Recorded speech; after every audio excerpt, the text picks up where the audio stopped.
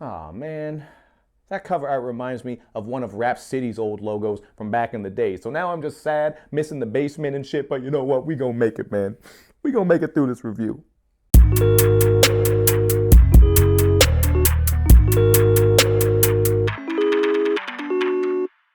What's up, everyone? It's Luke James, not the singer. If you're looking to get your music reviewed, you can hit up this email that's right here. But right now, we're going to talk about this album that comes to us from Gil Thompson, and it is called Breaking Down Barriers. Now, Gil Thompson is an MC from out of Pennsylvania, and if you've been paying attention to my indie reviews, then you know that his last album, Gods at War, actually made my top 10 list for 2016. That's the top 10 indie list. So if you didn't check that project out, you definitely should, because it's really dope. And if you did check that project out and you liked it, I do think you will like this one, although this album right here is less aggressive and the production isn't as hard hitting. Although I do have to say there's a song on here called Mount Olympus, and it really sounds like it could have been on that Gods at War album, because it has that same booming, epic orchestral production, and then Gil and his team are just going in with the bars about how each of them are one of the Greek gods. So there's a cool concept happening there, and the bars on it are on point, very hard hitting, one of my favorite tracks. But all the production on here is handled by Gallo, who brings a lot of strings, piano, synth hits, and synth pads.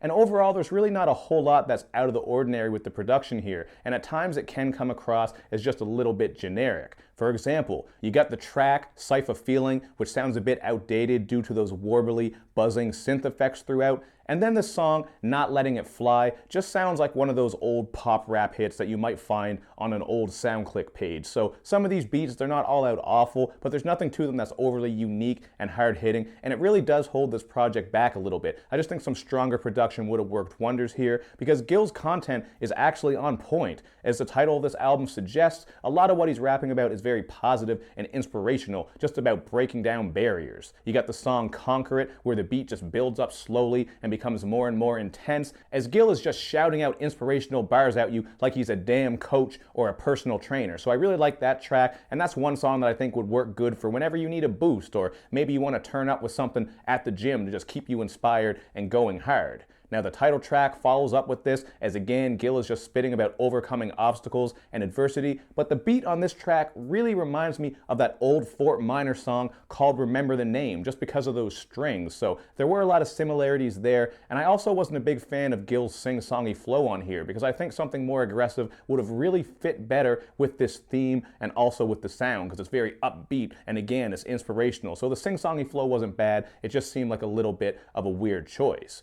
But one of my favorite tracks on here has got to be Seizing My Potential, where Gil is really going into detail about the struggles he faces with some of his own self-doubt. So I thought that helped make the inspirational content on here much more relatable, because even though he's telling you all these inspirational things and letting you know that you got to keep pushing and working hard to achieve what you want to achieve, he's not acting like he's perfect and he hasn't had his own struggles and downfalls. So I really like that he was doing that. And I also like the hook on this track, because you have these strings coming into play and he flows directly over top of it. So I thought it was very cool how he layered his bars with his strings like that. Just another good example of how he can flow and work some interesting schemes and delivery style. And while that track does get personal, Domino Effect gets even more personal, as Gil really flexes his storytelling chops and goes into detail about some of the horrific things that his mother has went through. So the messages on here are on point. There's a lot of great content, but I am going to go with a 3 out of 5, because with the rapping, there's not too much that's overly distinct, although again, I think he has some nice flows and schemes. But when you take that lack of a distinct sound with the bars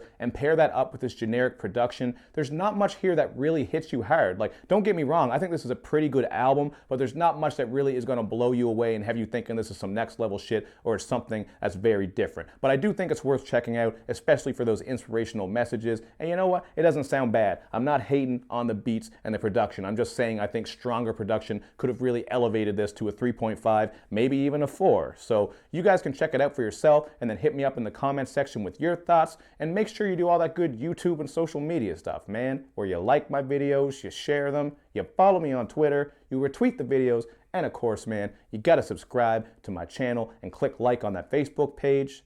Thank you for watching, everybody. I will see you next time.